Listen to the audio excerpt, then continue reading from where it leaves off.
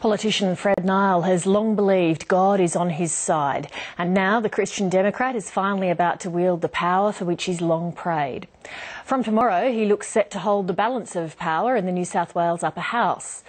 Fred Nile has been a political fixture for 30 years, most often campaigning on divisive issues like gay marriage, abortion and immigration. His critics fear his campaigns will escalate now that his vote is crucial to the re-elected Liberal government. Hayden Cooper reports. What's your schedule like today? A very busy one. Let's go to the finance screens now. The morning commute for a veteran crusader. The board meeting at 10 o'clock. Would you like me to contact? Fred Nile has been doing this for 34 long years. How was the porridge this morning? That was lovely. Great. You're a good porridge maker. Now at 80 years old, he's at the start of another 8-year term in the New South Wales Upper House. With the balance of power, his vote will be crucial to the re-elected Liberal government. At €1,207.72.3. Oh, I feel very well. I'm very fit. I've had good reports from my doctors, good reports from my wife, so everything's going great. His wife is Silvana Nero, 23 years his junior, a former teacher and, of course, a devout Christian. She married Fred Nile 2 years ago after the death of his first wife in 2011 and quickly convinced him to abandon plans to retire. I really believe that I've been brought here for a time such as this, in the sense that I believe Fred wasn't meant to stop. There are few more divisive figures in politics. For 30 years he's been a magnet for conflict, a constant protagonist, like here at the Sydney Mardi Gras 1989. God made male and female, Adam and Eve, not Adam and Steve. This would become a Nile hallmark, praying for rain every year. I love you, hell, Fred, go love is back! It was just one of many social issues on which Fred Nile was always vocal and seldom diplomatic, like abortion in 1991. We can hear the cry of that baby in the womb. Aboriginal rights the same year. Most of the Aboriginal people have come out of a Christian background from the missions and so on, and those who aren't Christians don't seem to believe in anything. He's equally well known for all the things he's tried to ban, like Islamic immigration. There will be no more Muslims coming to Australia. The priority will be persecuted Christians. Casinos. Sydney is the centre of organised crime. To have a casino in this area was playing right into the hands of these men. What do you think of that, Fred? I mean, the idea even music. There were a lot of headbanging going on during the concert, and these Christian teenagers were really put off by that. By now, the tag controversial has well and truly stuck. You know, it always surprises me because I'm the most non-controversial person you could get. Everything I believe is just so, in my opinion, mainstream and ordinary. The only controversy comes because there are groups of people who oppose what I'm saying. Fred has always been the pilot fish of the lunar right. When homophobia was the course of the day, Fred was right there as their man in Parliament. Now it's hatred of Muslims and fear of Muslims, whether it's mosques or halal food. Fred is their voice in Parliament. Good morning. Good morning, everybody. G'day, Judy. G'day, Belinda.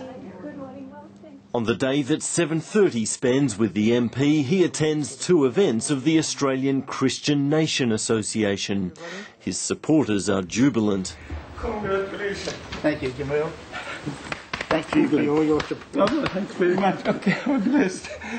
Congratulations to all of us. Fred Nile helped establish this group to counter what he calls the Islamisation of Australia.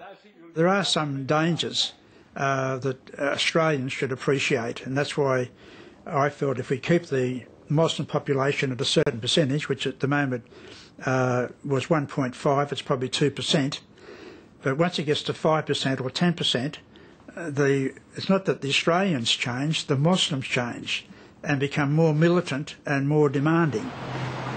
In Sydney's west, there's a fear that Mr Nile will use his balance of power influence poorly. Here he has a reputation, especially among Muslim leaders who've known him for years. As a man of God, as a reverend, you'd expect him to be inclusive. But what we've seen from him over the last couple of decades is vitriol, divisiveness and fear-mongering about Islam and Muslims. Thanks very much, Fred. Nice to see you again, Howard. So what should voters and the government expect? Fred Nile has several priorities, like lifting the drinking age to 21 and a moratorium on coal seam gas projects. I'll only vote for government bills that I believe in, and I don't want them to vote for something that I'm suggesting just to please Fred Nile.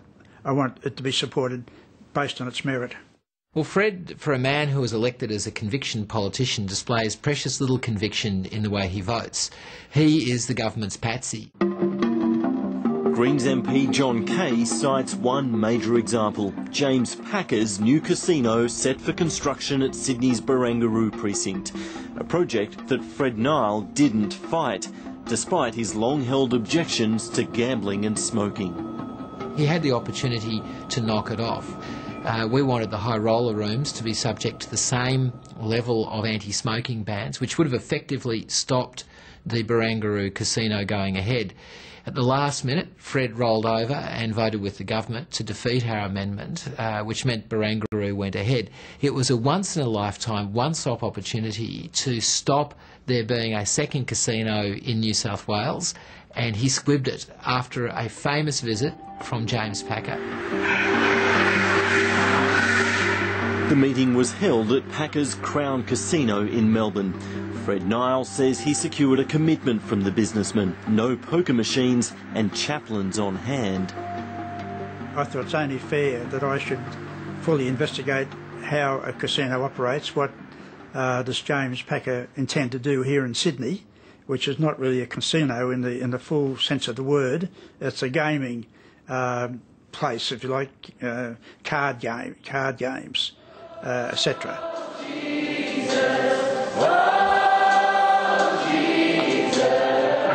Silvana Nero herself has political ambitions. She ran for the Christian Democrats at the last election and will try again in future. For now, though, I think her main career is to look after Fred Nile, be my wife. Yes. The other things are secondary. My main area of concern for me is that I'm supporting my husband and loving him and upholding his principles and values, which are based on a Christian biblical worldview, and that the 10 Commandments are upheld in this nation. Savannah's given me a new lease of life. Hayden Cooper reporting, and that's